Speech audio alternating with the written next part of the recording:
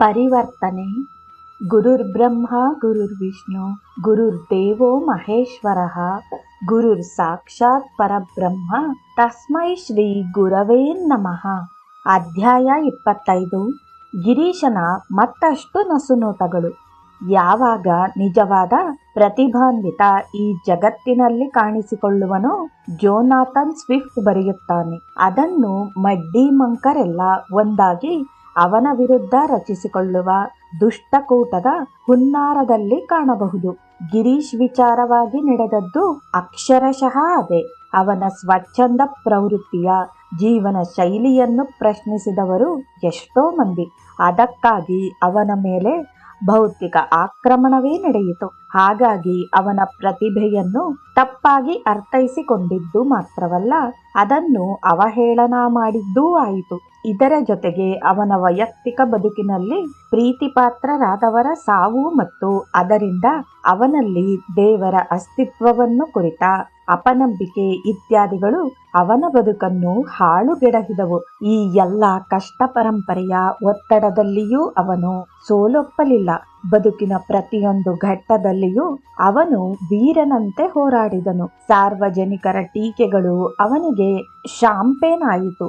ನಾಟಕ ರಚನೆ ಮಾಡುವ ಮತ್ತು ಅಭಿನಯಿಸುವ ಅವನ ಅದಮ್ಯ ಆಸೆ ಅವನೊಳಗೆ ಅಂತರ್ಗತವಾಗಿದ್ದ ಸೃಜನಶೀಲ ಪ್ರತಿಭೆಯನ್ನು ಉದ್ದೀಪನಗೊಳಿಸಿತು. ಅಂತಿಮವಾಗಿ ಸ್ವಪ್ರಯತ್ನ ಮತ್ತು ಶ್ರೀರಾಮಕೃಷ್ಣರ ಅನುಗ್ರಹ ಗಿರೀಶನ ಬದುಕಿನಲ್ಲಿ ಕೆಲಸ ಮಾಡಿದವು. ಪರಿಣಾಮವಾಗಿ ಅದೃಷ್ಟ ದೇವತೆ ಒಲಿದು ಅವನು ಏನನ್ನು ಸಾಧಿಸಬೇಕೆಂದು ಬಯಸಿದ್ದನೋ ಅದೆಲ್ಲ ನಿಜವಾಗುವಂತೆ ಅನುಗ್ರಹಿಸಿದಳು. ಗಿರೀಶ್ ಒಬ್ಬ ಹಲವು ಮುಖಗಳ ಸುಂದರ ಆಕಾರಕ್ಕೆ ಕತ್ತರಿಸಿ ನಯಗೊಳಿಸಿದ ವಜ್ರದಂತಹ ವ್ಯಕ್ತಿ. ಆತನ ಪ್ರತಿಭಾ ಸಂಪನ್ನತೆಯ ವಿವಿಧ ಮುಖಗಳನ್ನು ಅವಿನಾಶ್ ಗಂಗೋಪಾಧ್ಯಾಯ್ ಮತ್ತು ಇತರ ಲೇಖಕರು ತಮ್ಮ ಬರಹಗಳಲ್ಲಿ ದಾಖಲಿಸಿದ್ದಾರೆ. ಬಾಣ ಬಿರುಸುಗಳು ನಕ್ಷತ್ರ ಲೋಕದ ಬಣ್ಣ ಬಣ್ಣದ ಬೆಳಕನ್ನು ಹೋಲುವ ಹೊಳಪನ್ನು ತೆರೆದಿಡುವುದನ್ನು ಜನರು ನೋಡಿ ಆನಂದಿಸುತ್ತಾರೆ. ಅದೇ ರೀತಿ ಗಿರೀಶನ ಕಾಂತಿಯುಕ್ತ ಭೌತಿಕ ಪ್ರಭೆ ಮತ್ತು ಸೂಕ್ಷ್ಮಮತಿಯನ್ನು, ಅವನ ಅನುಭವಗಳು ಮತ್ತು ಜಾಣ್ಮೆಯನ್ನು, ಅವನ ತೆರೆದ ಮನಸ್ಸು ಮತ್ತು ಸಂಭಾಷಣಾ ಚಾತುರ್ಯವನ್ನು, ಅವನ ಇಷ್ಟ ಮತ್ತು ಅವನಿಗಿಷ್ಟವಲ್ಲದ ವಿಚಾರಗಳನ್ನು, ಅವನ ಸಾಮಾನ್ಯ ಜ್ಞಾನ ಮತ್ತು ಏಕಾಗ್ರ ಚಿತ್ತದ ಕ್ರಿಯಾಶೀಲತೆಯನ್ನು ಮತ್ತು ಅವನು ಜನರ ಮೇಲಿಟ್ಟಿದ್ದ ಪ್ರೀತಿ ಮತ್ತು ಸಹಾನುಭೂತಿಯನ್ನು ಇಲ್ಲಿನ ನಸುನೋಟಗಳಲ್ಲಿ ಓದುಗರು ಓದಿ ಸಮಸಮವಾಗಿ ಆನಂದಿಸುತ್ತಾರೆಂದು ನಿರೀಕ್ಷಿಸಲಾಗಿದೆ. ನಾಟಕ ರಚನೆ. ಬದುಕಿನಲ್ಲಿ ಗಿರೀಶ್ ಮೇಲಿಂದ ಮೇಲೆ ಕಷ್ಟ ಪರಂಪರೆಗಳನ್ನು ಎದುರಿಸಿದವನು. ಇದರಿಂದ ಉಂಟಾಗುತ್ತಿದ್ದ ನೋವು ಸಂಕಟಗಳನ್ನು ಮದ್ಯಪಾನದ ಅಮಲಿನಲ್ಲಿ, ಗಣಿಕಾ ಸ್ತ್ರೀಯರ ಸಂಘದಲ್ಲಿ, ರಂಗದ ಮೇಲೆ ಅಭಿನಯಿಸುವುದರಲ್ಲಿ, ಕವಿತೆ ಕಟ್ಟುವುದರಲ್ಲಿ ಮತ್ತು ತನ್ನ ಗುರು ಶ್ರೀರಾಮಕೃಷ್ಣರ ಒಡನಾಟದಲ್ಲಿ ಮರೆಯಲೆತ್ನಿಸುತ್ತಿದ್ದನು. ಆದರೆ ಅವನನ್ನು ಸಾವು ನೋವುಗಳು ಅದೆಷ್ಟು ತೀವ್ರವಾಗಿ ಬಾಧಿಸಿದವೋ ಅಷ್ಟೇ ತೀವ್ರವಾಗಿ ಅವನ ಪ್ರತಿಭೆ ಹೊರಹೊಮ್ಮಿತು. ಒಮ್ಮೆ ಅವನು ಹೇಳಿದನು, ಜೀವನದಲ್ಲಿ ಕಷ್ಟ ಪರಂಪರೆಯ ಆಘಾತಕ್ಕೆ ಒಳಗಾಗದ ಹೊರತು ಕಾವ್ಯ ರಚನೆಯ ಕೃಷಿಗೆ ಅರ್ಪಿಸಿಕೊಳ್ಳುವುದು ಕಷ್ಟವೇ, ಅದರಲ್ಲೂ ನಾಟಕ ರಚನಾ ಪ್ರಕ್ರಿಯೆಗೆ. ನಾಟಕಕಾರನಿಗೆ ಬದುಕಿನ ವಿವಿಧ ಸ್ಥಿತ್ಯಂತರಗಳನ್ನು ಸ್ವತಃ ಅನುಭವಿಸಿದಾಗಷ್ಟೇ ಸತ್ಯದ ಅನುಭವ ಆಗುವುದು. ನಿಜವಾದ ಕವಿಯು ತಾನು ಸ್ವತಃ ಅನುಭವಿಸಿಲ್ಲದ ವಸ್ತುಗಳನ್ನು ಕುರಿತು ಬರೆಯಲಾರನು. ದೇವರ ಅನುಗ್ರಹದಿಂದ ಈ ಜಗತ್ತಿನಲ್ಲಿನ ಎಲ್ಲ ಬಗೆಯ ವ್ಯಕ್ತಿ ವಿಶೇಷಗಳ ಸಂಪರ್ಕ ನನಗೆ ದೊರಕಿತು. ಗಣಿಕಾ ಸ್ತ್ರೀಯರಿಂದ ಹಿಡಿದು ಮಹಾಜ್ಞಾನಿಗಳು ಎನಿಸಿಕೊಂಡ ಶ್ರೀರಾಮಕೃಷ್ಣರವರೆಗೆ ನನ್ನ ಒಡನಾಟ ವಿಸ್ತಾರಗೊಂಡಿತು. ಈ ಜಗತ್ತೇ ಒಂದು ಬೃಹತ್ ರಂಗಭೂಮಿ. ರಂಗಮಂದಿರ ಕೇವಲ ಅದರ ಅತ್ಯಂತ ಸಂಕುಚಿತಗೊಂಡ ಪ್ರಾತಿನಿಧಿಕ ಸಂಸ್ಥೆಯಷ್ಟೇ.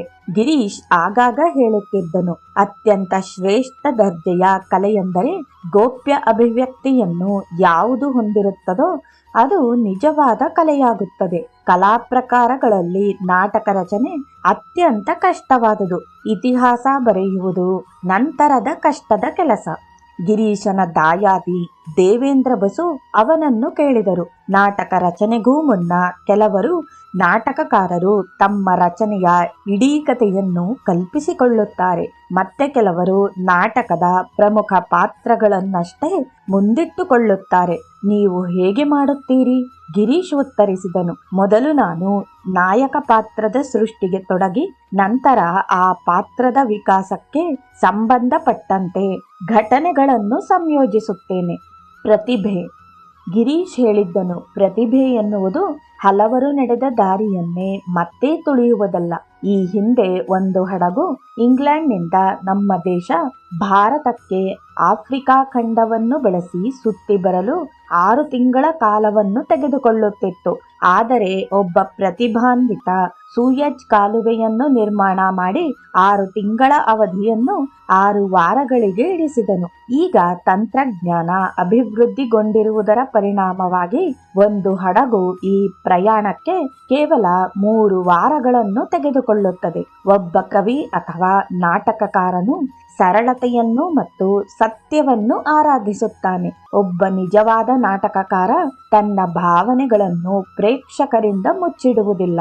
ಈ ಜಗತ್ತಿನಲ್ಲಿ ತಾನು ನೋಡಿದ ವ್ಯಕ್ತಿಗಳ ವ್ಯಕ್ತಿತ್ವವನ್ನು ತೆರೆದ ಮನಸ್ಸಿನಿಂದ ಬಣ್ಣಿಸುತ್ತಾನೆ. ಬೇರೆಯವರು ತಮ್ಮ ತಪ್ಪುಗಳನ್ನು ಕಂಡುಹಿಡಿದಾಗ ನಾವು ಸಂತೋಷ ಪಡುತ್ತೇವೆ. ಆದ್ದರಿಂದ ಒಬ್ಬ ನಾಟಕಕಾರನನ್ನು ಅವನ ಒಂದು ರೀತಿಯ ಬೋಧಕ ಸಾಮಾನ್ಯವಾಗಿ ಟೀಕಿಸುತ್ತಾರೆ. ಅವನ ಮೇಲೆ ಕೀರ್ತಿಯಾಗಲಿ ಸಿರಿ ಸಂಪತ್ತಾಗಲಿ ನಗೆ ಬೀರುವುದು ಕಡಿಮೆಯೇ. ತನ್ನ ಇಂದ್ರಿಯಾತೀತ ಪ್ರಜ್ಞಾಬಲದಿಂದ ಒಬ್ಬ ನಾಟಕಕಾರ ದರ್ಶಿಸುವ ಸತ್ಯವನ್ನು ಅವನ ಸಮಕಾಲೀನ ಜನರು ಅರಿತು ಅರ್ಥ ಮಾಡಿಕೊಂಡ ಮೇಲೆ ಆ ನಾಟಕಕಾರನನ್ನು ಒಪ್ಪಿ ಗುರುತಿಸುತ್ತಾರೆ. ಅಂದರೆ ಒಬ್ಬ ಪ್ರತಿಭಾನ್ವಿತನು ಅಥವಾ ಪ್ರತಿಭಾವಂತೆಯು ಮುಂದೆಂದು ಜನ್ಮ ತಾಳಬೇಕಾದವರು ಈಗಲೇ ಹುಟ್ಟಿ ಬಂದು ಬಿಡುತ್ತಾರೆ. ಒಬ್ಬ ನಾಟಕಕಾರನ ಆದ್ಯ ಗುರಿ ಮಾನವ ವ್ಯಕ್ತಿತ್ವದ ಅಂಕುಡೊಂಕುಗಳನ್ನು ತೋರಿಕೊಡುವುದೇ ಆಗಿದೆ. ಆದರೆ ಕೆಲವು ಸಂದರ್ಭಗಳಲ್ಲಿ ಅಂತಹ ಟೀಕೆಗಳನ್ನು ಜನರು ತಮಗೇ ಆರೋಪಿಸಿಕೊಳ್ಳುತ್ತಾರೆ. ಅದರ ಪರಿಣಾಮವಾಗಿ ನಾಟಕಕಾರನು ಜನರ ಖಂಡನೆ, ದೂಷಣೆ, ಶತ್ರುತ್ವ ಮತ್ತು ಕೆಲವು ಸಂದರ್ಭಗಳಲ್ಲಿ ಕಠಿಣ ಶಿಕ್ಷೆಗೂ ಗುರಿಯಾಗಬೇಕಾಗುತ್ತದೆ. ಒಮ್ಮೆ ಇಂತಹದ್ದೊಂದು ಘಟನೆ ನಡೆದು ಗಿರೀಶ್ಗೆ ಅಪಾರ ನೋವು ಉಂಟಾಗಿ ಅದನ್ನು ತನ್ನದೊಂದು ಕವನದಲ್ಲಿ ಹೊರಹಾಕುತ್ತಾನೆ. ಕೀಳು ದರ್ಜೆಯ ಜನರು ನನ್ನನ್ನು ಟೀಕಿಸುತ್ತಾರೆ, ಆದರೆ ನಾನು ಬೇರೆಯವರನ್ನು ನಗೆಪಾಟಲಿಗೆ ಗುರಿ ಮಾಡುವಂತಹ ಒಂದು ಸಾಲನ್ನೂ ಬರೆದಿಲ್ಲ. ನಾಟಕದಲ್ಲಿ ವಿಷಯ ಮತ್ತು ಸಂಭಾಷಣೆ. ತೀವ್ರ ಉದ್ವೇಗದ ಪರಿಣಾಮವಾಗಿ ಮನಸ್ಸು ಗೊಂದಲದ ಗೂಡಾದಾಗ ವ್ಯಕ್ತಿಯ ಮಾತು ಮತ್ತು ಆಲೋಚನಾ ಕ್ರಮವು ಗೊಂದಲಮಯವಾಗುತ್ತದೆ. ಅಂತಹ ಸಂದರ್ಭಗಳಲ್ಲಿ ಒಬ್ಬ ತಜ್ಞ ನಾಟಕಕಾರನೂ ಸಹ ತನ್ನ ಪಾತ್ರಗಳ ಬಾಯಿಂದ ಗೊಂದಲಮಯ ಮಾತುಗಳು ಮತ್ತು ಅಸಂಬದ್ಧ ವಿಚಾರಗಳು ಹೊರಡುವಂತೆ ಮಾಡುತ್ತಾನೆ. ಆತ್ಮಹತ್ಯೆ ಮಾಡಿಕೊಳ್ಳುವುದು ಸರಿಯೋ ತಪ್ಪೋ ಎಂಬ ಸಂದಿಗ್ಧಕ್ಕೆ ಸಿಕ್ಕಿಹಾಕಿಕೊಂಡ ಹ್ಯಾಮ್ಲೆಟ್ ಒಮ್ಮೆಲೆ ಆವೇಶಕ್ಕೊಳಗಾಗಿ ಹೇಳುತ್ತಾನೆ, ಕಷ್ಟ ಪರಂಪರೆಯ ಕಡಲ ಮೇಲೆ ಆಯುಧ ಹಿಡಿದು ದಾಳಿ ಮಾಡುವುದಷ್ಟೇ. ಈ ಒಂದು ವಾಕ್ಯ ಆ ಸಂದರ್ಭದಲ್ಲಿ ಹ್ಯಾಮ್ಲೆಟ್ನ ಮನಸ್ಥಿತಿಯನ್ನು ಸ್ಪಷ್ಟವಾಗಿ ಅಭಿವ್ಯಕ್ತಿಸುತ್ತದೆ. ಕಲ್ಪನೆಯನ್ನು ಕಾರ್ಯರೂಪಕ್ಕಿಳಿಸುವುದು. ಚೈತನ್ಯ ಲೀಲಾ ನಾಟಕವನ್ನು ರಚನೆ ಮಾಡುವ ಸಂದರ್ಭದಲ್ಲಿ ಒಮ್ಮೆ ಗಿರೀಶ್ ನಡುರಾತ್ರಿಯಲ್ಲಿ ಎದ್ದು ಬಲರಾಮನ ವಿಶಾಲವಾದ ದುಂಡುಮುಖ ತನ್ನ ಕಡೆಗೆ ಬರುತ್ತಿರುವುದನ್ನು ಅರೆನಿದ್ರೆಯ ಮಂಪರಿನಲ್ಲಿ ಕಾಣುತ್ತಾನೆ. ಆಗ ಬಲರಾಮ ತನ್ನ ಸೋದರ ಕೃಷ್ಣನನ್ನು ಕುರಿತು ಹರೆ ರೇ ರೇ ಎಂದು ಹಾಡುತ್ತಾನೆ. ಹೀಗೆ ಕಂಡ ದೃಶ್ಯವನ್ನು ಆಧರಿಸಿ ಗಿರೀಶ್ ನಾಟಕದ ಆರಂಭದ ಹಾಡನ್ನು ರಚಿಸಿ ಹರೆ ರೇ ರೇ ಎಂದು ನಿತಾಯ್ ಹಾಡುವಂತೆ ಮಾಡುತ್ತಾನೆ. ಗಿರೀಶನ ಕಲ್ಪನೆ ಅದೆಷ್ಟು ತೀವ್ರವಾಗಿತ್ತೆಂದರೆ ಅದು ಒಂದು ಬಗೆಯ ವಾಸ್ತವವನ್ನೇ ಸೃಷ್ಟಿಸಿತು. ನಾಟಕ ರಚನೆ ಮಾಡುವುದು ಹೇಗೆ? ನಾಟಕಕಾರನಾಗಿ ಗಿರೀಶನ ಕೀರ್ತಿ ಅದೆಷ್ಟು ಸರ್ವವ್ಯಾಪಿಯಾಗಿತ್ತೆಂದರೆ ಬೇರೆ ಬೇರೆ ನಾಟಕಕಾರರು ತಾವು ಕೃತಿ ರಚಿಸಬೇಕಾದಾಗ ಅಭಿಪ್ರಾಯ, ಸಲಹೆ ಮತ್ತು ಸೂಚನೆಗಳಿಗೆ ಅವನನ್ನು ಭೇಟಿ ಮಾಡುತ್ತಿದ್ದರು. ಒಮ್ಮೆ ಗಿರೀಶ್ ಅಸ್ತಮಾ ರೋಗಕ್ಕೆ ತುತ್ತಾಗಿ ಸುಧಾರಿಸಿಕೊಳ್ಳುತ್ತಿದ್ದಾಗ ಅವನ ಮಿತ್ರ ಸುರೇಂದ್ರನಾಥ್ ರಾಯ್ ತಮ್ಮ ನಾಟಕ ಬೆಹುಲ್ಲಾವನ್ನು ಅವನ ಮುಂದೆ ಓದಿದರು. ನಾಟಕದ ಆರಂಭದ ದೃಶ್ಯದಲ್ಲಿ ಸುರೇಂದ್ರನಾಥ್ ಅವರು ಚಾಂದ್ ಸದಾಗರ್ ಮತ್ತು ಆತನ ಪತ್ನಿ ಸನಕಾ ಎಂಬ ಪಾತ್ರಗಳು ತಮ್ಮ 7 ಮಂದಿ ಪುತ್ರರು ಹಾವು ಕಚ್ಚಿ ಸತ್ತು ಹೋದುದಕ್ಕಾಗಿ ದುಃಖಿಸುತ್ತಿರುವುದನ್ನು ಚಿತ್ರಿಸಿದ್ದನು. ಅವರಿಬ್ಬರ ದುಃಖದ ಮಾತುಗಳನ್ನು ಒಂದೊಂದಾಗಿ ಕೇಳಿದ ಗಿರೀಶ್ ಓದುವುದನ್ನು ನಿಲ್ಲಿಸುವಂತೆ ಸುರೇಂದ್ರನಾಥ್ಗೆ ಹೇಳಿ ಸೂಚಿಸಿದ್ದೆಂದರೆ, ಈಗ ಚಾಂದ್ ಮಾತುಗಳನ್ನು ಸನಕಾಳ ಮಾತುಗಳನ್ನಾಗಿ ಮತ್ತು ಸನಕಾಳ ಮಾತುಗಳನ್ನು ಚಾಂದ್ ಮಾತುಗಳನ್ನಾಗಿ ಓದಿ. ಗಿರೀಶ್ ಹೇಳಿದಂತೆಯೇ ಸುರೇಂದ್ರ ಅವರು ಮಾಡಿದರು. ಆಗ ಗಿರೀಶ್ ಕೇಳಿದನು, ಈಗ ಏನಾದರೂ ಅಸಮಂಜಸ ಕಾಣುವುದೇನು? ಇಲ್ಲ, ನನಗೇನೂ ಕಾಣಿಸದು, ಸುರೇಂದ್ರ ಹೇಳಿದರು. ನಂತರ ಗಿರೀಶ್ ವಿವರಿಸಿದನು, ಪ್ರಿಯ ಮಿತ್ರ ಕೇಳಿ, ನೀವೀಗ ನಾಟಕ ರಚನೆ ಮಾಡಬೇಕೆಂದು ಹೊರಟಿರುವಾಗ ಬಹಳ ಎಚ್ಚರಿಕೆಯಿಂದಿರಬೇಕು. ನಾಟಕ ಬರೆಯುವುದು ಒಂದು ಕಠಿಣ ಕೆಲಸ. ಅದಕ್ಕೆ ಈ ಪ್ರಪಂಚವನ್ನು ಕುರಿತಂತೆ ವಿಶಾಲ ತಿಳುವಳಿಕೆ ಇರಬೇಕು ಮತ್ತು ಮನುಷ್ಯನ ಸ್ವಭಾವದ ಬಗೆಗೆ ಪ್ರಬಲವಾದ ಒಳನೋಟಗಳನ್ನು ಹೊಂದಿರಬೇಕು. ಈಗಷ್ಟೇ ಹೇಳಿದಿರಿ, ತಂದೆ ಮತ್ತು ತಾಯಿಯರ ದುಃಖ ಒಂದೇ ತೆರನಾಗಿರುತ್ತದೆಂದು. ಆದರೆ ಅವೆರಡು ಸಂಪೂರ್ಣ ಭಿನ್ನವಾಗಿರಬೇಕು. ನೋಡಿ, ತನ್ನ ಮಗನನ್ನು ಕಳೆದುಕೊಂಡ ತಾಯಿ ತನ್ನ ದುಃಖವನ್ನು ಒಂದು ನಿರ್ದಿಷ್ಟ ರೀತಿಯಲ್ಲಿ ತೋಡಿಕೊಳ್ಳುತ್ತಾಳೆ. ಆದರೆ ತಂದೆಯಾದವನು ಈ ರೀತಿ ದುಃಖಿಸುವುದಿಲ್ಲ.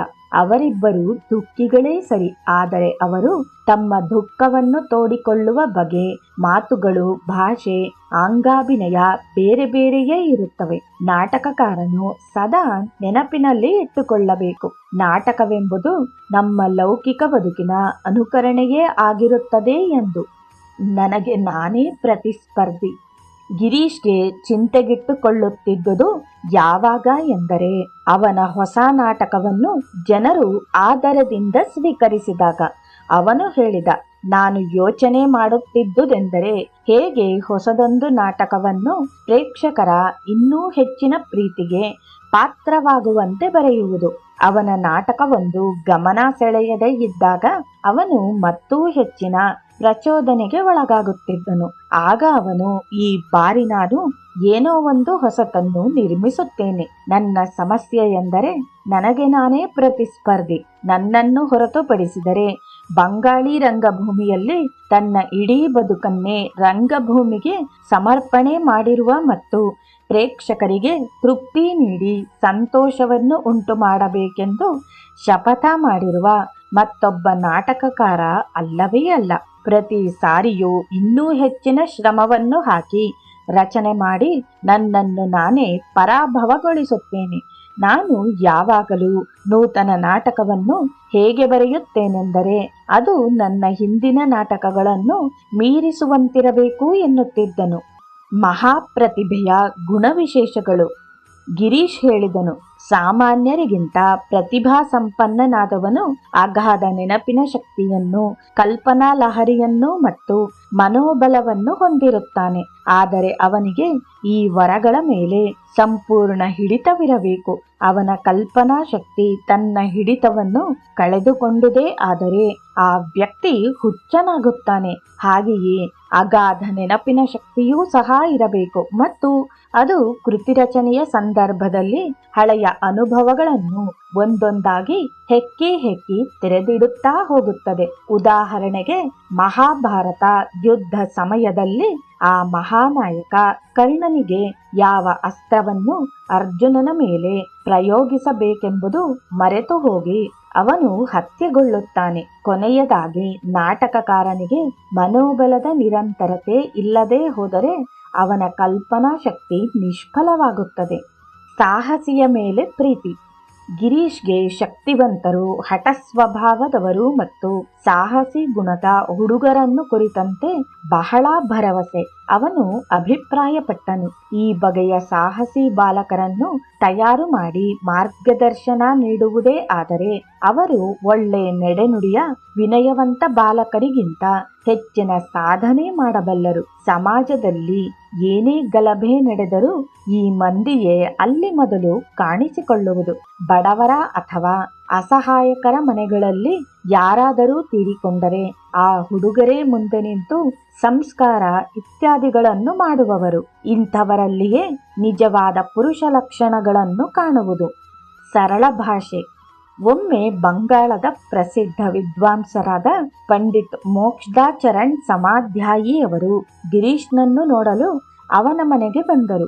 ಇಬ್ಬರು ಅದು ಇದು ಎಂದು ಮಾತಾಡಿದ ಬಳಿಕ ಸಾಹಿತ್ಯವನ್ನು ಕುರಿತು ಮಾತಿಗೆ ಇಳಿದರು. ಪಂಡಿತ್ ಗಿರೀಶ್ಗೆ ಹೇಳಿದರು, ನಿಮ್ಮ ಬರಹ ಎಷ್ಟು ಸರಳವೆಂದರೆ ಓದು ಬರಹ ಬಾರದಂತಹ ಮಹಿಳೆಯರೂ ಸಹ ಅರ್ಥ ಮಾಡಿಕೊಳ್ಳಬಹುದು. ನಾವು ಬರೆಯುವಾಗ ನಮ್ಮ ಭಾಷೆ ಸಂಸ್ಕೃತ ಭೂಯಿಷ್ಠವಾಗಿ ಜನಸಾಮಾನ್ಯರು ಸುಲಭವಾಗಿ ಅರ್ಥ ಮಾಡಿಕೊಳ್ಳಲಾರರು. ನಾನು ಸಹ ಸರಳವಾಗಿ ಬರೆಯಲು ನಿರ್ದೇಶಿಸುವಂತಹ ಸಲಹೆ ಸೂಚನೆಗಳನ್ನು ನೀವು ಕೊಡಬಹುದಲ್ಲವೇ? ಗಿರೀಶ್ ನಗುತ್ತಾ ಹೇಳಿದನು, ಸ್ವಾಮಿ, ನೀವು ಬಹುದೊಡ್ಡ ವಿದ್ವಾಂಸರು. ತಮಗೆ ನಾನೇನು ಸಲಹೆ ನೀಡಬಲ್ಲೆನು? ಆದರೆ ನಾನು ತಮಗೊಂದು ಗುಟ್ಟು ಹೇಳುತ್ತೇನೆ. ಪಂಡಿತರು ಕುತೂಹಲದಿಂದ ಕೇಳಿದರು, ಏನದು? ಗಿರೀಶ್ ಉತ್ತರ ಹೀಗಿತ್ತು, ದಯವಿಟ್ಟು ನಿಮ್ಮ ಮನೆಯಲ್ಲಿ ಮಕ್ಕಳು ಮತ್ತು ಮಹಿಳೆಯರು ಆಡುವ ಭಾಷೆಯಲ್ಲಿ ಬರೆಯಿರಿ. ಅದನ್ನು ಜನರು ಸುಲಭವಾಗಿ ಅರ್ಥ ಮಾಡಿಕೊಳ್ಳುತ್ತಾರೆಂಬುದನ್ನು ನೀವೇ ನೋಡುವಿರಿ. ಆಗ ಓದುಗರು ಪದೇ ಪದೇ ನಿಘಂಟನ್ನು ತೆರೆಯಬೇಕಾಗುವುದಿಲ್ಲ. ಆಶುರಚನೆ ಮಾಡುವ ಸಾಮರ್ಥ್ಯ. ಒಂದು ದಿನ ಗಿರೀಶ್ ತನ್ನ ಕಚೇರಿಗೆ ಹೋಗುವ ಮಾರ್ಗದಲ್ಲಿ ಅವನ ಮಿತ್ರನೊಬ್ಬ ಭೇಟಿಯಾಗಿ ಹೀಗೆ ಕೇಳಿದನು, ನಾನು ನನ್ನ ಸಂಬಂಧಿಕರಿಗೆ ಒಂದಿಷ್ಟು ಲಿಚಿಗಳನ್ನು ಕಳಿಸುತ್ತಿದ್ದೇನೆ. ದಯವಿಟ್ಟು ಲಿಚಿಗಳನ್ನು ಕುರಿತು ತಾವು ಒಂದು ಪದ್ಯ ರಚನೆ ಮಾಡಿಕೊಟ್ಟರೆ ಅವುಗಳೊಂದಿಗೆ ಅದನ್ನೂ ಕಳಿಸುತ್ತೇನೆ. ಗಿರೀಶ್ ಆ ಕೂಡಲೇ ಒಂದು 6 ಸಾಲಿನ ಹಾಸ್ಯ ಮಿಶ್ರಿತ ಬಂಗಾಳಿ ಪದ್ಯವನ್ನು ರಚಿಸಿಕೊಟ್ಟನು. ಹಲವು ವರ್ಷಗಳ ನಂತರ ಗಿರೀಶ್ ದ ಮಿನರ್ವಾ ರಂಗಮಂದಿರದಲ್ಲಿ ಕೆಲಸ ಮಾಡುತ್ತಿದ್ದಾಗ ಒಂದು ಶನಿವಾರ ರಾತ್ರಿ ಮುಂದಿನ ಶನಿವಾರದಂದು ಒಂದು ಗೀತಾ ನಾಟಕವನ್ನು ಪ್ರದರ್ಶನ ಮಾಡಬೇಕೆಂದು ತೀರ್ಮಾನಿಸಲಾಯಿತು. ಮರುದಿನ ಅಂದರೆ ಭಾನುವಾರ ಕೃಷ್ಣನ ಜೀವನಾಧಾರಿತ ಮಣಿಹರನ್ ಎಂಬ 2 ಅಂಕದ ನಾಟಕ ರಚನೆಗೆ ತೊಡಗಿದನು.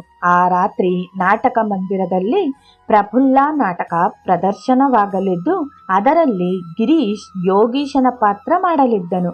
ಅವನು ತನ್ನ ಕಾರ್ಯದರ್ಶಿಯನ್ನು ಕರೆದು ಒಂದಿಷ್ಟು ಕಾಗದ ಮತ್ತು ಒಂದು ಪೆನ್ಸಿಲ್ನೊಂದಿಗೆ ಪ್ರಸಾಧನ ಕೊಠಡಿಯಲ್ಲಿ ಕಾದಿರುವಂತೆ ತಿಳಿಸಿದನು. ಹಾಗೆಯೇ ಅವನ ಪಾತ್ರ ರಂಗದ ಮೇಲೆ ಬರಬೇಕಾದಾಗಲೆಲ್ಲ ಬಂದು ಕರೆಯಲು ಒಬ್ಬ ವ್ಯಕ್ತಿಯನ್ನು ನೇಮಿಸಿದನು. ನಾಟಕಾಭಿನಯ ಮುಂದುವರಿದಂತೆ ಇಲ್ಲಿ ಪ್ರಸಾಧನ ಕೊಠಡಿಯಲ್ಲಿ ಗಿರೀಶ್ ಮಣಿಹರನ್ ನಾಟಕವನ್ನು ಹೇಳಿ ಬರೆಸುವುದು ಮತ್ತು ರಂಗದ ಮೇಲೆ ಕಾಣಿಸಿಕೊಳ್ಳುವುದು ನಡೆಯಿತು. ಹಾಗೆ ಪ್ರಫುಲ್ಲ ನಾಟಕ ಪ್ರದರ್ಶನ ಮುಗಿಯುವುದು ಇಲ್ಲಿ ಒಂದು ಗೀತನಾಟಕ ರಚನೆ ಪೂರ್ಣವಾಗುವುದು ಒಂದೇ ಆಯಿತು. ನಂತರ ತಡರಾತ್ರಿಯಲ್ಲಿ ಆ ನೂತನ ನಾಟಕಕ್ಕೆ ಹಾಡುಗಳನ್ನು ರಚಿಸಿದ ಬಳಿಕವೇ ಗಿರೀಶ್ ಮನೆಗೆ ಹೋದುದು. ನೆಪ ಹೇಳುವಂತೆಯೇ ಇಲ್ಲ. ಗಿರೀಶ್ ಯಾವಾಗಲೂ ಕಾರ್ಯನಿರತ ವ್ಯಕ್ತಿಯಾಗಿದ್ದನು. ಅವನು ಹೇಳುತ್ತಿದ್ದುದೆಂದರೆ, ನಾನು ಕೆಲಸ ಆಗಬೇಕೆಂದು ಬಯಸುವವನು. ನಾನು ನೆಪ ಹೇಳುವುದನ್ನು ಅಪೇಕ್ಷಿಸುವುದಿಲ್ಲ.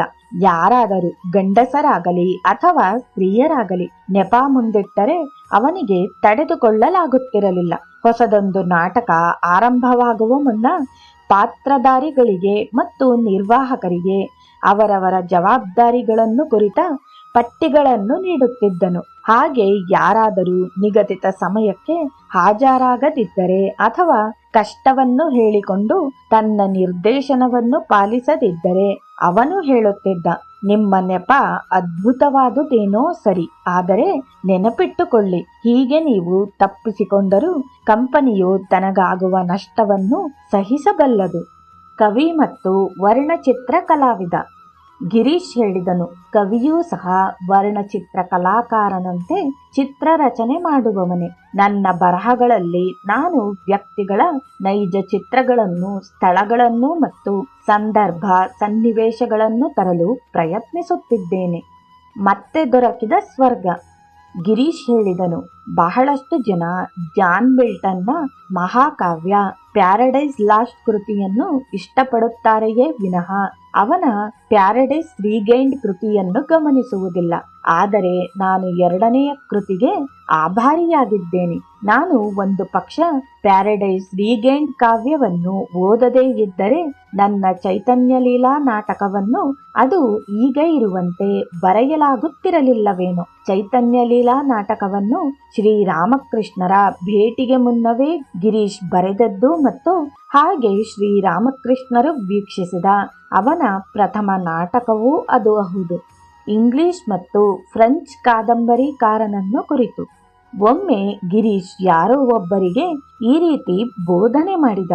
ಯಾರೇ ಆಗಲಿ ಮೊದಲು ಫೀಲ್ಡಿಂಗ್, ಸ್ಕಾಟ್, ಡಿಕನ್ಸ್, ಥ್ಯಾಕ್ರೆ ಮುಂತಾದವರ ಕಾದಂಬರಿಗಳನ್ನು ಓದಬೇಕು. ಫ್ರೆಂಚ್ ಕಾದಂಬರಿಕಾರರು ಕಥೆಯನ್ನು ಪ್ರಸ್ತುತಪಡಿಸುವ ರೀತಿ ಅಮೋಘವಾದುದು. ಇಂಗ್ಲಿಷ್ ಕಾದಂಬರಿಕಾರರು ಪಾತ್ರ ರಚನೆಯಲ್ಲಿ ಅನ್ಯರೆನ್ನುವುದಾದರೆ ಡುಮಾಸ್, ಹ್ಯಾಗೋ ಮುಂತಾದ ಫ್ರೆಂಚ್ ಕಾದಂಬರಿಕಾರರು ಬಹುದೊಡ್ಡ ಕಥೆಗಾರರು. ಆದರೆ ವಿಕ್ಟರ್ ಹ್ಯಾಗೋ ಮಾತ್ರ ಅದ್ಭುತವೆನ್ನಬಹುದಾದ ಕಲ್ಪನಾ ಶಕ್ತಿಯನ್ನು ಹೊಂದಿದ್ದು, ಅವನು ಕತೆ ಕಟ್ಟುವುದರಲ್ಲಿ ಎಂತಹ ಪ್ರವೀಣನೋ ಪಾತ್ರ ರಚನೆಯಲ್ಲೂ ಅಷ್ಟೇ ಪ್ರವೀಣನು. ಈ ಮಹಾನ್ ಕಾದಂಬರಿಕಾರ ಒಂದು ಪಕ್ಷ ಹಾಸ್ಯ ಪ್ರಜ್ಞೆಯನ್ನು ಹೊಂದಿದುದೇ ಆಗಿದ್ದರೆ ಅವನನ್ನು ಶೇಕ್ಸ್ಪಿಯರ್ ಮುಂತಾದ ಮೇರು ವ್ಯಕ್ತಿಗಳ ಸಾಲಿನಲ್ಲಿ ನಿಲ್ಲಿಸುತ್ತಿದ್ದರು.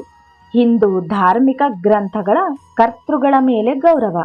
ಹಿಂದೂ ಧರ್ಮ ಗ್ರಂಥಗಳನ್ನು ಬರೆದ ಮಹನೀಯರ ಮೇಲೆ ಗಿರೀಶ್ಗೆ ಅಪಾರ ಗೌರವವಿತ್ತು. ಅವರನ್ನು ಕುರಿತು ಅವನು ಹೀಗೆ ಹೇಳಿರುವನು. ಅವರು ಸಾಮಾನ್ಯ ಬೌದ್ಧಿಕ ಶಕ್ತಿಗೆ ನಿಲುಕದೇ ಇದ್ದಂತಹ ಹಲವು ಹತ್ತು ಉನ್ನತ ಮಟ್ಟದ ವಿಚಾರಗಳನ್ನು ಪ್ರಸ್ತುತಪಡಿಸಿದರು. ಅವರು ನಾಸ್ತಿಕತೆಯ ಪರವಾಗಿ ಸಾದರಪಡಿಸಿದ ವಾದ ಸರಣಿಯ ಸಂಗತಿಗಳು ಯುರೋಪಿನ ಪ್ರಸಿದ್ಧ ನಾಸ್ತಿಕ ತತ್ವಜ್ಞಾನಿಗಳ ಬುದ್ಧಿಗೆ ಹೊಳೆದಿರದಂಥವು. ಹಿಂದೂ ದಾರ್ಶನಿಕರು ತಾವೇ ಮುಂದಿಟ್ಟಿದ್ದ ನಾಸ್ತಿಕವಾದವನ್ನು ಅಲ್ಲಗಳೆದು ಅಂತಿಮವಾಗಿ ದೇವರ ಅಸ್ತಿತ್ವವನ್ನು ಕುರಿತ ವಿಚಾರಗಳನ್ನು ಪ್ರತಿಪಾದಿಸಿದವರು. ನಾನು ಗಮನಿಸಿರುವಂತೆ ಈ ಧಾರ್ಮಿಕ ಗ್ರಂಥಗಳ ಕರ್ತೃಗಳು ಅವರ ವೈಚಾರಿಕವಾದಗಳನ್ನು ಕುರಿತ ನನ್ನ ಆಕ್ಷೇಪಣೆಗಳಿಗೆ ಈ ಮುನ್ನವೇ ಉತ್ತರಗಳನ್ನು ಒದಗಿಸಿಕೊಟ್ಟಿರುತ್ತಾರೆ. ನಾಸ್ತಿಕ ಪಂಥವನ್ನು ಕುರಿತು ಪರ ಮತ್ತು ವಿರೋಧವಾಗಿ ಸಾದರಪಡಿಸಿರುವ ವಾದ ಸರಣಿಯನ್ನು ಹೋಲುವ ಮತ್ತೊಂದು ತರ್ಕವನ್ನು ನಾನು ಬೇಯುವುದಿಲ್ಲ. ಇಂತಹ ವಿಚಾರಗಳೆಲ್ಲ ಬಹಳ ಹಿಂದೆಯೇ ಈ ದಾರ್ಶನಿಕರ ಅನುಭವಕ್ಕೆ ಬಂದಿದ್ದವು. ಅವರು ಅಂತಿಮವಾಗಿ ನೀಡಿರುವ ತೀರ್ಮಾನಗಳು ಅದೆಷ್ಟು ಆಶ್ಚರ್ಯವುಂಟು ಮಾಡುವಂಥವೂ ಎನಿಸುತ್ತದೆ. ಆತ್ಮಚರಿತ್ರೆಯನ್ನು ಕುರಿತು. ಒಮ್ಮೆ ಯಾರೋ ಗಿರೀಶ್ ಒಬ್ಬರು ತನ್ನ ಆತ್ಮಚರಿತ್ರೆಯನ್ನು ಬರೆಯುವಂತೆ ಕೇಳಿಕೊಂಡಾಗ ಅದಕ್ಕೆ ಗಿರೀಶ್ ಹೀಗೆಂದನು. ಅದು ಅಷ್ಟೊಂದು ಸುಲಭದ ಕೆಲಸವಲ್ಲ. ಮಹರ್ಷಿ ವೇದವ್ಯಾಸರು ತಮ್ಮದೇನನ್ನು ಮುಚ್ಚಿಡದಂತೆ ತಮ್ಮ ಕಥೆಯನ್ನು ವಿಸ್ತರಿಸಿದರು. ವ್ಯಕ್ತಿ ತನ್ನೆಲ್ಲ ಲೋಪದೋಷಗಳನ್ನು ತೆರೆದಿಡುವಂತಹ ಧೈರ್ಯವನ್ನು ಗಳಿಸಿಕೊಂಡಾಗ ಅವನು ತನ್ನ ಆತ್ಮಚರಿತ್ರೆಯನ್ನು ಬರೆಯಲು ಕೈ ಹಾಕಬೇಕಾಗುತ್ತದೆ. ಅಲ್ಲದಿದ್ದರೆ ಆತ್ಮಚರಿತ್ರೆಯನ್ನು ಬರೆದುಕೊಳ್ಳುವ ವ್ಯಕ್ತಿ ಹಾಗೆ ಬರೆಯುವಾಗ ಅವನೇ ತನ್ನ ವಕೀಲನೂ ಆಗಿರುತ್ತಾನೆ. ಅವನು ತನ್ನೆಲ್ಲ ದೌರ್ಬಲ್ಯಗಳನ್ನು ಸಮರ್ಥನೆ ಮಾಡಿಕೊಳ್ಳುತ್ತಾ ತನ್ನ ಅರ್ಹತೆಗಳನ್ನು ಪ್ರತಿಷ್ಠಾಪಿಸಿಕೊಳ್ಳುತ್ತಾನೆ. ಚರ್ಚೆ ಮಾಡುವ ಅಗತ್ಯ. ಗಿರೀಶ್ ಹೇಳಿದನು. ಒಬ್ಬ ವ್ಯಕ್ತಿ ಪ್ರಸಿದ್ಧನೂ ಶ್ರೇಷ್ಠನೂ ಆದ ಲೇಖಕನೇ ಇರಬಹುದು. ಆದರೆ ಅವನು ಯಾವುದೇ ಒಂದು ವಿಷಯವನ್ನು ಕುರಿತು ತನ್ನ ಅಂತರಂಗದಲ್ಲಿ ಸಾಧಕ ಬಾಧಕಗಳ ಚರ್ಚೆ ಮಾಡದ ಹೊರತು ಆ ವ್ಯಕ್ತಿಯ ತೀರ್ಮಾನಗಳನ್ನು ನಾನು ಒಪ್ಪುವುದಿಲ್ಲ. ಓದುವ ಕಾಲದಲ್ಲಿ ಗಿರೀಶ್ ಈ ಕ್ರಮವನ್ನು ಅನುಸರಿಸಿದ ಪರಿಣಾಮವಾಗಿ ವಿಷಯವನ್ನು ಚರ್ಚೆಗೆ ಒಳಪಡಿಸುವ ಸೂಕ್ಷ್ಮ ಮತಿಯನ್ನು ಬೆಳೆಸಿಕೊಂಡನು. ಹಾಗಾಗಿ ವಾದದಲ್ಲಿ ಅವನನ್ನು ಸೋಲಿಸುವುದು ಕಷ್ಟ ಸಾಧ್ಯವಾಗಿತ್ತು. ವಾದ ಮಾಡುವ ಸಂದರ್ಭಗಳಲ್ಲಿ ಗಿರೀಶ್ ತಾನು ತಿಳಿದವನೆಂಬ ಅಹಂಕಾರವನ್ನು ತೋರುತ್ತಿರಲಿಲ್ಲ. ಬದಲಾಗಿ ವಾದದಲ್ಲಿ ತನ್ನನ್ನೇ ತಾನು ಮುಳುಗಿಸಿಕೊಳ್ಳುತ್ತಿದ್ದನು. ಹಾಗೆ ಅವನ ವಾದದ ಕುಶಲತೆಯನ್ನು ಅರಿತವರಾಗಿದ್ದ ಶ್ರೀರಾಮಕೃಷ್ಣರು ಅವನನ್ನು ತಮ್ಮ ಇತರ ಭಕ್ತರೊಂದಿಗೆ ಚರ್ಚೆಗಿಳಿಯಲು ಪ್ರೋತ್ಸಾಹಿಸುತ್ತಿದ್ದರು. ಹಾಗಾಗಿ ಒಂದು ದಿನ ಅವನು ಶ್ರೀರಾಮಕೃಷ್ಣರ ವಿದ್ವಾಂಸ ಭಕ್ತರಾಗಿದ್ದ ಮಹಿಮಾಚರಣ್ ಚಕ್ರವರ್ತಿಯೊಂದಿಗೆ ಮಾತಿನ ಯುದ್ಧವನ್ನೇ ಮಾಡಬೇಕಾಯಿತು. ಆದರೆ ತಮ್ಮ ವಾದವನ್ನು ಸ್ವಲ್ಪ ಹೊತ್ತಷ್ಟೇ ನಡೆಸಿದ ಮೇಲೆ ಗಿರೀಶನ ಅಭಿಪ್ರಾಯವನ್ನು ಮಹಿಮಾಚರಣ್ ಒಪ್ಪಲೇಬೇಕಾಗಿ ಬಂದಿತು. ಗಿರೀಶ್ ಅಲ್ಲಿಂದ ತೆರಳಿದ ಮೇಲೆ ಶ್ರೀರಾಮಕೃಷ್ಣರು ಮಹಿಮಾಚರಣ್ರಿಗೆ ಹೇಳಿದರು, ಗಿರೀಶ್ ನೀರು ಕುಡಿಯುವುದನ್ನು ಮರೆತನೆಂಬುದನ್ನು ಗಮನಿಸಿದಿರೇನು? ಒಂದು ಪಕ್ಷ ನೀವು ಅವನ ವಾದವನ್ನು ಒಪ್ಪದೇ ಇದ್ದಿದ್ದರೆ ತನ್ನ ಮಾತಿನ ಆಕ್ರಮಣವನ್ನು ಮುಂದುವರೆಸುತ್ತಿದ್ದನು. ಆದರೆ ತನ್ನ ನಂತರದ ಬದುಕಿನಲ್ಲಿ ಗಿರೀಶ್ ಚರ್ಚೆ ಮಾಡುವುದನ್ನು ಗಂಭೀರವಾಗಿ ತೆಗೆದುಕೊಳ್ಳಲಿಲ್ಲ. ತನ್ನ ನಾಟಕ ಶಂಕರಾಚಾರ್ಯದಲ್ಲಿ ಗಿರೀಶ್ ಹೀಗೆ ಬರೆದನು, ಚರ್ಚೆ ಮಾಡುವ ಭೌತಿಕತೆಯನ್ನು ನಾಶ ಮಾಡಲು ಚರ್ಚೆಗಳ ಅಗತ್ಯವುಂಟು. ಶಾಂತಿಯ ಹುಡುಕಾಟ. ಒಂದು ದಿನ ಗಿರೀಶ್ ತನ್ನ ಕಾರ್ಯದರ್ಶಿ ಅವಿನಾಶ್ರನ್ನು ಕೇಳಿದನು, ನೀವು ದೇವರನ್ನು ಒಂದು ಪಕ್ಷ ಮೆಚ್ಚಿಸಿದಿರಿ ಎಂದುಕೊಳ್ಳಿ. ಹಾಗೆ ಅವನು ನಿಮಗೆ ಒಂದೇ ಒಂದು ವರವನ್ನು ಕೊಡುತ್ತೇನೆಂದರೆ ನೀವು ಅವನಿಂದ ಏನನ್ನು ಬಯಸುತ್ತೀರಿ? ಅವಿನಾಶ್ ಉತ್ತರಿಸಿದರು, ನನ್ನ ಮನಸ್ಸು ಧರ್ಮದಲ್ಲಿ ಮುಳುಗಿರಲಿ ಎಂದು. ಅವರು ಈ ಬೇಡಿಕೆಯ ಜೊತೆಗೆ ಬೇರೆ ಒಂದೆರಡನ್ನೂ ಸೇರಿಸಿದರು. ನಂತರ ಗಿರೀಶ್ ಹೇಳಿದನು, ನೀವು ಯೋಜನೆ ಹಾಕಿ ಮತ್ತು ಎಚ್ಚರಿಕೆಯಿಂದ ವಿಚಾರ ಮಾಡಿ ಹೀಗೆಂದು ಹೇಳುತ್ತಿದ್ದೀರಿ, ನೋಡಿ, ಶಾಂತಿಗಾಗಿ ಜನರು ಹಣ, ಕೀರ್ತಿ, ಸ್ಥಾನಮಾನದ ಮಾರ್ಗ ಹುಡುಕುತ್ತಾರೆ. ಇವುಗಳನ್ನು ಗಳಿಸಿಕೊಳ್ಳುವುದರಿಂದ ತಮಗೆ ಶಾಂತಿ ದೊರಕುತ್ತದೆಂದು ಭಾವಿಸುತ್ತಾರೆ. ಪ್ರತಿಯೊಬ್ಬರೂ ಶಾಂತಿಯನ್ನು ಅರಸುವವರೇ. ಮನುಷ್ಯ ತಾನು ಎಂತಹ ಸ್ಥಿತಿಯಲ್ಲೇ ಇರಲಿ ಅವನು ಶಾಂತಿಯನ್ನು ಬಯಸುತ್ತಾನೆ. ಶಾಂತಿಗಾಗಿ ಪ್ರಾರ್ಥಿಸುವುದಕ್ಕಿಂತ ಬೇರೊಂದು ಮಾರ್ಗವಿಲ್ಲ. ಸತ್ಕ್ರಿಯೆಗಳಿಗೆ ಪ್ರತಿಫಲ. ಕಾದಂಬರಿಯೊಂದನ್ನು ಓದಿದ ಬಳಿಕ ಅವಿನಾಶ್ ಹೀಗೆಂದು ಗಿರೀಶ್ಗೆ ಹೇಳಿದರು, ಸರ್, ಈ ಕಾದಂಬರಿಕಾರನ ರಚನೆಯ ಸೌಂದರ್ಯ ಎಲ್ಲಿದೆ ಎಂದರೆ ಕಥೆಯ ನಾಯಕ ನಿಸ್ವಾರ್ಥ ಭಾವದಿಂದ ಯಾವಾಗ ಏನೇ ಮಾಡಿದರೂ ಅದಕ್ಕೆ ತಕ್ಕ ಪ್ರತಿಫಲ ಸಿಗುತ್ತದೆಂದು ನಂಬಿ ನಡೆಯುವುದರಲ್ಲಿ.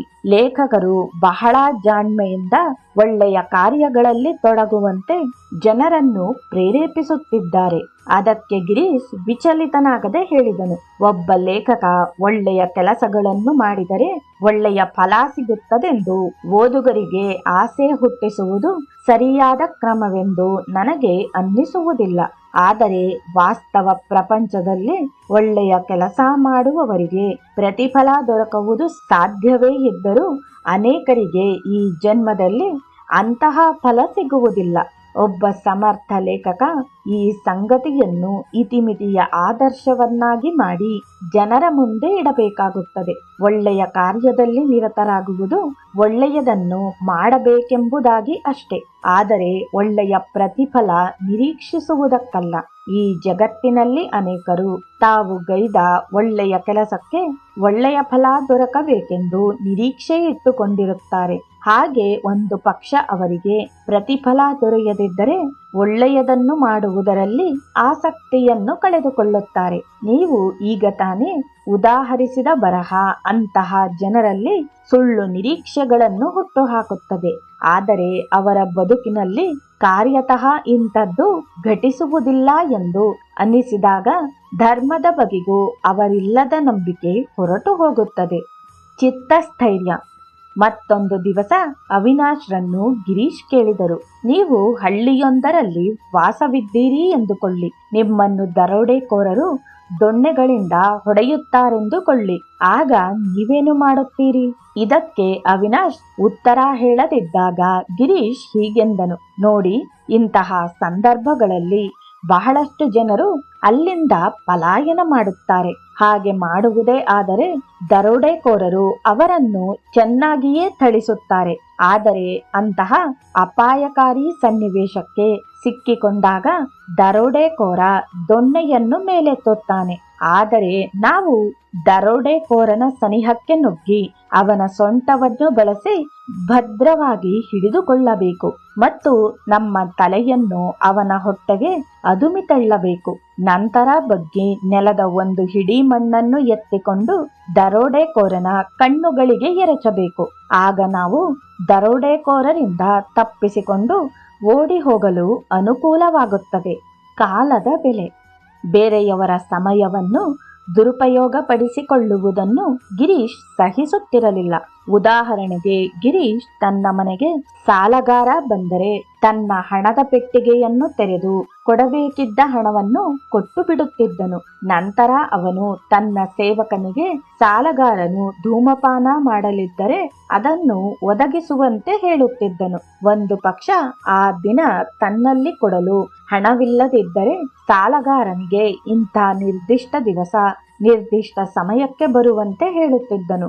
ಗಿರೀಶ್ ಹೇಳುತ್ತಿದ್ದ, ಆ ವ್ಯಕ್ತಿಯನ್ನು ಉಳಿಸಿಕೊಂಡು 1-2 ಗಂಟೆ ಹರಟಿದ ಮೇಲೆ ಹಣವನ್ನು ಕೊಡುವುದೋ ಅಥವಾ ದಯವಿಟ್ಟು ನಾಳೆ ಬನ್ನಿ ಎಂದು ಹೇಳುವುದನ್ನೋ ಮಾಡಲು ನಾನು ಇಷ್ಟಪಡುವವನಲ್ಲ. ಆದರೆ ಹಾಗೆ ಬಂದ ವ್ಯಕ್ತಿಯ ಕೆಲಸವನ್ನು ಮೊದಲು ಮಾಡಿಕೊಟ್ಟು ನಂತರ ಸಮಯವಿದ್ದರೆ ಗಂಟೆಗಳವರೆಗೆ ಮಾತನಾಡಲು ನನ್ನದೇನು ಅಭ್ಯಂತರವಿಲ್ಲ. ಪ್ರಾಯಶ್ಚಿತ್ತ ಮಾಡಿಕೊಳ್ಳುವುದು. ಒಂದು ದಿನ ಒಬ್ಬ ಬ್ರಾಹ್ಮಣ ಪಂಡಿತನು ಗಿರೀಶ್ಗೆ ಹೇಳಿದ, ಯಾರೇ ಆಗಲಿ ತಾನು ಮಾಡುವ ಪಾಪಕೃತ್ಯಗಳ ಪರಿಹಾರಕ್ಕಾಗಿ ದೇವರನ್ನು ಪ್ರಾರ್ಥಿಸಬೇಕು. ಪಾಪ ಪರಿಹಾರಕ್ಕೆ ಇದು ಮಾರ್ಗವೆಂದು ಹಿಂದೂ ಧರ್ಮಶಾಸ್ತ್ರಗಳು ತಿಳಿಸುತ್ತವೆ. ಅದಕ್ಕೆ ಗಿರೀಶ್ ಪ್ರತಿಕ್ರಿಯಿಸಿದ, ನಾವು ದೇವರಿಗೆ ಪಾಪ ಪರಿಹಾರ ಮಾಡಬೇಕೆಂದು ಅವನನ್ನು ಪ್ರಾರ್ಥಿಸುವುದಕ್ಕೆ ಮುನ್ನವೇ ಅವನು ನಮ್ಮನ್ನು ಕ್ಷಮಿಸಿರುತ್ತಾನೆ. ನಾವು ನಮ್ಮ ಜೀವನದ ಪ್ರತಿ ಹೆಜ್ಜೆಯಲ್ಲಿಯೂ ತಪ್ಪುಗಳನ್ನು ಮಾಡುತ್ತಲೇ ಇರುತ್ತೇವೆ. ಒಂದು ಪಕ್ಷ ದೇವರು ನಮ್ಮ ಎಲ್ಲಾ ತಪ್ಪುಗಳನ್ನು ಲೆಕ್ಕ ಹಾಕುವಂತಿದ್ದರೆ ಮನುಷ್ಯರು ನೆಮ್ಮದಿಯಿಂದಿರಲು ಸಾಧ್ಯವಾಗುತ್ತಿತ್ತೇನು? ಗಿರೀಶನ ಪರಾನುಭೂತಿ. ಒಂದು ದಿನ ಮಧ್ಯಾಹ್ನ ಊಟವಾದ ಮೇಲೆ ಗಿರೀಶ್ ತನ್ನ ವಿರಾಮ ಕೊಠಡಿಯಲ್ಲಿ ಕುಳಿತಿರುವಾಗ ಅವನ ನೆರೆಮನೆಯ ಮಣಿಲಾಲ್ ಮುಖ್ಯೋಪಾಧ್ಯಾಯ್ ಅವನನ್ನು ನೋಡಲು ಬಂದರು. ಅವರ ದುಃಖಭರಿತ ಮುಖವನ್ನು ಕಂಡ ಗಿರೀಶ್ ಅವರು ಏತಕ್ಕಾಗಿ ಚಿಂತಿಸುತ್ತಿದ್ದಾರೆಂದು ಕೇಳಿದನು. ನಂತರ ಅವನಿಗೆ ಅವರ ಹಿರಿಯ ಮಗನು ಇತ್ತೀಚೆಗೆ ಗಂಗಾ ನದಿಯಲ್ಲಿ ಮುಳುಗಿ ತೀರಿಕೊಂಡನೆಂದು ತಿಳಿಯಿತು. ಗಿರೀಶ್ ಅವರೊಂದಿಗೆ ಬಹಳ ಹೊತ್ತು ಮಾತನಾಡಿ ಸಮಾಧಾನ ಪಡಿಸಿದನು. ಮಣಿಲಾಲ್ ಅಲ್ಲಿಂದ ಹೋದ ಮೇಲೆ ಗಿರೀಶ್ ಮಾಮೂಲಿನಂತೆ ಮಲಗಲು ಹೋದನು. ಆದರೆ ಕೂಡಲೇ ತರಾತುರಿಯಲ್ಲಿ ವಾಪಸ್ಸು ಬಂದು ತನ್ನ ವಿರಾಮ ಕೊಠಡಿಯಲ್ಲಿ ಕುಳಿತನು. ಅವನು ಮಲಗುವುದನ್ನು ಬಿಟ್ಟು ಹಾಗೆ ಬಂದುದ್ದೇಕೆಂದು ಕೇಳಿದಾಗ ಉತ್ತರಿಸಿದನು, ನೋಡಿ, ನಾನು ಹಾಸಿಗೆಯಲ್ಲಿ ಮಲಗಿದ ಕೂಡಲೇ ಮಣಿಲಾಲ್ ಅವರ ಮಗನನ್ನು ಕುರಿತು ಚಿಂತೆ ಮೂಡಿತು. ಆ ಕೂಡಲೇ ನನ್ನ ಮನಸ್ಸನ್ನು ತುಂಬಿಕೊಂಡುದೆಂದರೆ ಆ ಹುಡುಗ ಮುಳುಗುವಾಗ ಉಸಿರಾಡಲು ಅದೆಷ್ಟು ಹೋರಾಡಿರಬೇಕು ಮತ್ತು ನಾನು ಹಾಗೆ ವಿಚಾರ ಮಾಡುವಾಗ ನನಗೆ ಉಸಿರಾಡಲು ಗಾಳಿ ದೊರೆಯದೆ ಉಸಿರು ಕಟ್ಟುತ್ತಿದೆ ಎಂಬ ಅನುಭವವಾಯಿತು. ಹಾಗಾಗಿ ನನಗೆ ಹಾಸಿಗೆಯಲ್ಲಿ ಸೊಳ್ಳೆ ಪರದೆಯೊಳಗೆ ಇರಲಾಗದೆನಿಸಿತು. ನಾನು ಉಸಿರಾಡಲು ಕಷ್ಟಪಡುತ್ತಿದ್ದೆನು. ಆದ್ದರಿಂದ ನನ್ನ ಮಲಗುವ ಕೊಠಡಿಯನ್ನು ಬಿಟ್ಟು ಇಲ್ಲಿಗೆ ಬಂದೆನು. ನೆನಪಿನ ಶಕ್ತಿ. ಗಿರೀಶನದು ಅದ್ಭುತವಾದ ನೆನಪಿನ ಶಕ್ತಿ. ತನ್ನ ನೆನಪಿನ ಶಕ್ತಿಯಿಂದಲೇ ಅವನು ರಾಮಾಯಣ, ಮಹಾಭಾರತ, ಮಿಲ್ಟನ್ನ ಕಾವ್ಯ ಮತ್ತು ಶೇಕ್ಸ್ಪಿಯರ್ನ ನಾಟಕಗಳ ಭಾಗಗಳನ್ನು ಕಂಠಪಾಠ ಮಾಡಿಕೊಂಡಿದ್ದು ಹೇಳುತ್ತಿದ್ದನು. ಅವನು ಒಬ್ಬ ವ್ಯಕ್ತಿಯನ್ನು ಹಲವು ವರ್ಷಗಳ ಹಿಂದೆ ಭೇಟಿ ಮಾಡಿದ್ದು ಮತ್ತು ಆ ಸಮಯದಲ್ಲಿ ಅವರ ನಡುವೆ ನಡೆದ ಸಂಭಾಷಣೆಯನ್ನು ಅಕ್ಷರಶಃ ಪುನರಾವರ್ತಿಸುತ್ತಿದ್ದನು. ಅವನು ಯಾವುದೇ ಕೃತಿಯನ್ನು ಓದಲಿ, ನಂತರ ಅವನು ಆ ಕೃತಿಯ ಮುಖ್ಯ ಭಾಗಗಳನ್ನು ಪುಟ ಸಂಖ್ಯೆ, ಸಾಲುಗಳ ಮೊದಲ್ಗೊಂಡು ಜ್ಞಾಪಿಸಿಕೊಂಡು ಹೇಳುತ್ತಿದ್ದನು. ಒಂದು ದಿನ ಸ್ನೇಹಿತ ಗಿರಿಧಾರಿ ಬಾಬು ಗಿರೀಶ್ಗೆ ಹೇಳಿದರು, ಪ್ರತಿದಿನ ನೀವು ಅದೆಷ್ಟು ರೋಗಿಗಳಿಗೆ ಹೋಮಿಯೋಪತಿ ಔಷಧಿಯನ್ನು ನೀಡುತ್ತೀರಿ. ನೀವೇಕೆ ಅವರ ಹೆಸರುಗಳನ್ನು ಮತ್ತು ನೀವು ನೀಡಿದ ಔಷಧಿಯ ವಿವರವನ್ನು ಒಂದು ನೋಟ್ ಪುಸ್ತಕದಲ್ಲಿ ಬರೆಯಬಾರದು? ಆ ಕೂಡಲೇ ಗಿರೀಶ್ ರೋಗಿಗಳ ಹೆಸರುಗಳನ್ನು ಮತ್ತು ಕೊಟ್ಟ ಔಷಧಿಯ ವಿವರಗಳನ್ನು ಜ್ಞಾಪಿಸಿಕೊಂಡು ಹೇಳಿದಾಗ ಆ ಮಿತ್ರರು ಗರ ಹೊಡೆದಂತೆ ಸುಮ್ಮನಾದರು. ಗಿರೀಶ್ ಯಾವುದೇ ಪುಸ್ತಕವನ್ನು ಓದುತ್ತಾ ಅದರ ಮುಖ್ಯವಾದ ಸಾಲುಗಳನ್ನು ಗೆರೆ ಎಳೆದು ಗುರುತಿಸುತ್ತಾ ಅಭ್ಯಾಸ ಮಾಡುತ್ತಿರಲಿಲ್ಲ. ಅವನು ಒಮ್ಮೆ ಒಬ್ಬರಿಗೆ ಹೀಗೆಂದು ಹೇಳಿದನು: ಪುಸ್ತಕಗಳನ್ನು ಓದುತ್ತಾ ಸಾಲುಗಳ ಕೆಳಗೆ ಗೆರೆ ಎಳೆದು ಗುರುತು ಮಾಡುವುದರಿಂದ ನಮ್ಮ ನೆನಪಿನ ಶಕ್ತಿಯನ್ನು ನಿಯಂತ್ರಿಸಿದಂತಾಗುತ್ತದೆ. ನೋಡಿ, ಅನಕ್ಷರಸ್ಥರು ಅಂಗಡಿಗೆ ಹೋಗಿ ದಿನಸಿಯನ್ನು ಕೊಳ್ಳುತ್ತಾರೆ. ಅವರು ಏನನ್ನು ಬರೆದುಕೊಂಡು ಹೋಗಿ ಕೊಳ್ಳುವುದಿಲ್ಲ. ಆದರೆ ಕೊಂಡ ಬಳಿಕ ಮನೆಗೆ ಬಂದು ಅವರು ಕೊಂಡು ತಂದ ಪ್ರತಿಯೊಂದು ವಸ್ತುವಿಗೂ ಸರಿಯಾದ ಲೆಕ್ಕ ಕೊಡುತ್ತಾರೆ. ಆದರೆ ನೀವು ಮಾರುಕಟ್ಟೆಗೆ ಬರೆದುಕೊಂಡ ಚೀಟಿಯೊಂದಿಗೆ ಹೋಗುತ್ತೀರಿ. ಹಾಗಾದರೂ ನೀವು ತಪ್ಪು ಮಾಡಿರುತ್ತೀರಿ. ರಾಷ್ಟ್ರಾಭಿಮಾನ. 1911ರಲ್ಲಿ ಕೋಲ್ಕತ್ತೆಯ ಮೋಹನ್ ಬಗಾನ್ ತಂಡದವರು ಬ್ರಿಟಿಷ್ ತಂಡವನ್ನು ಫುಟ್ಬಾಲ್ ಪಂದ್ಯದಲ್ಲಿ ಪರಾಭವಗೊಳಿಸಿ ಇಂಡಿಯನ್ ಫುಟ್ಬಾಲ್ ಅಸೋಸಿಯೇಷನ್ನ ಪದಕವನ್ನು ಗೆದ್ದುಕೊಂಡರು. ಈ ಸುದ್ದಿ ಗಿರೀಶ್ಗೆ ತಲುಪಿ ಅವನು ತನ್ನ ಇಳಿವಯಸ್ಸು ಮತ್ತು ರೋಗಗ್ರಸ್ತ ಸ್ಥಿತಿಯನ್ನು ಮರೆತು ಸಂಭ್ರಮ ಉತ್ಸಾಹಗಳೊಂದಿಗೆ ಸಂತೋಷವನ್ನು ವ್ಯಕ್ತಪಡಿಸಿದನು.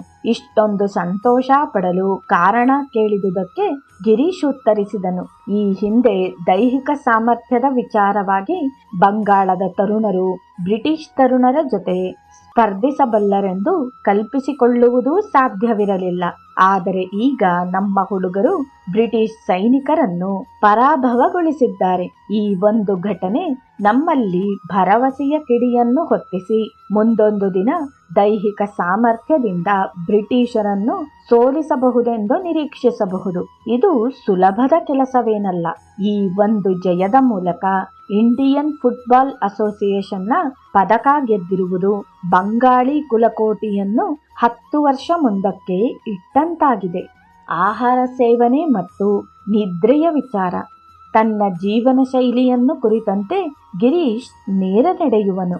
ಅವನು ಆಗಾಗ ಹೇಳುತ್ತಿದ್ದನು: ನಿಮ್ಮ ದೇಹವನ್ನು ಸದೃಢವಾಗಿ ಇಟ್ಟುಕೊಳ್ಳಬೇಕೆಂದು ಬಯಸುವುದಾದರೆ ನಿಮಗ ಯಾವಾಗ ಹಸಿವಾಗುತ್ತದೋ ಆಗ ಮಾತ್ರ ಆಹಾರ ಸೇವಿಸಿರಿ. ಹಾಗೆಯೇ ಯಾವಾಗ ವಿಶ್ರಾಂತಿ ಬೇಕೆನಿಸುತ್ತದೋ ಆಗ ಮಲಗಿ ನಿದ್ರೆ ಮಾಡಿರಿ. ಈ ವಿಚಾರವಾಗಿ ನಾಚಿಕೆ ಪಡುವುದನ್ನು, ಹಿಂದೆ ಮುಂದೆ ನೋಡುವುದನ್ನು ಮಾಡುವ ಅಗತ್ಯವಿಲ್ಲ. ಅಂದರೆ ಈ ವಿಚಾರವಾಗಿ ನಿಮ್ಮ ಅಗತ್ಯಗಳನ್ನು ಪೂರೈಸಿಕೊಳ್ಳಿರಿ. ಮಹೇಂದ್ರನಾಥ್ ದತ್ತಾ ಹೇಳಿದರು: ಗಿರೀಶ್ ಬಾಬುವಿನ ದೇಹ ಮತ್ತು ಬುದ್ಧಿ ಕೊನೆಯವರೆಗೂ ಸುಸ್ಥಿತಿಯಲ್ಲಿದ್ದವು. ಅವರು ತಮ್ಮ ಉದರಕ್ಕೆ ಮೋಸ ಮಾಡಲೇ ಇಲ್ಲ.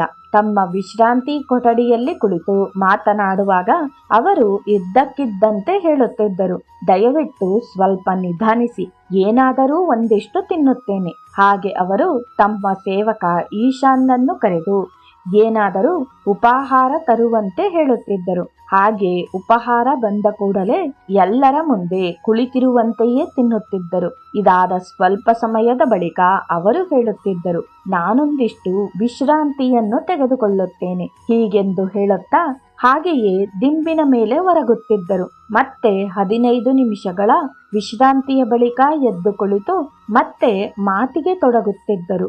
ಕತೆ ಹೇಳುವ ಕ್ರಮ. ಅಷ್ಟೊಂದು ಕತೆಗಳ ಆಗರವಾಗಿದ್ದ ಗಿರೀಶ್ನಂಥವರನ್ನು ಕಾಣುವುದು ವಿರಳ.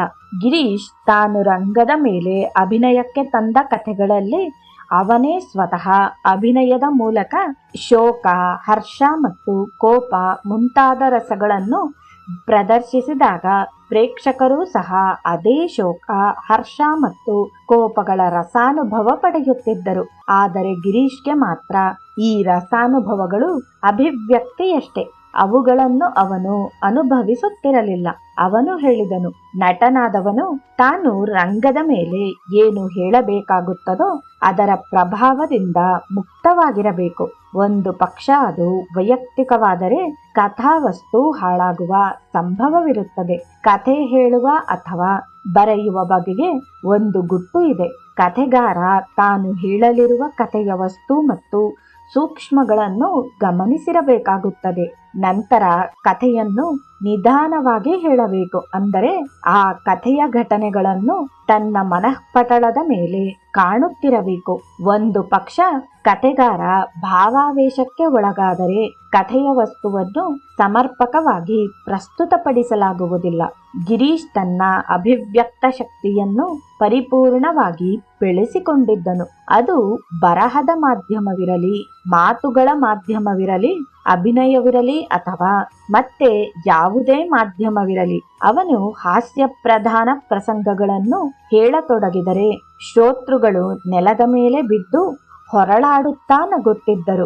ಆದರೆ ಗಿರೀಶ್ ಮಾತ್ರ ನಿರ್ಲಿಪ್ತವಾಗಿದ್ದು ಮುಖದಲ್ಲಿ ಯಾವುದೇ ಭಾವನೆಯನ್ನು ವ್ಯಕ್ತಪಡಿಸುತ್ತಿರಲಿಲ್ಲ.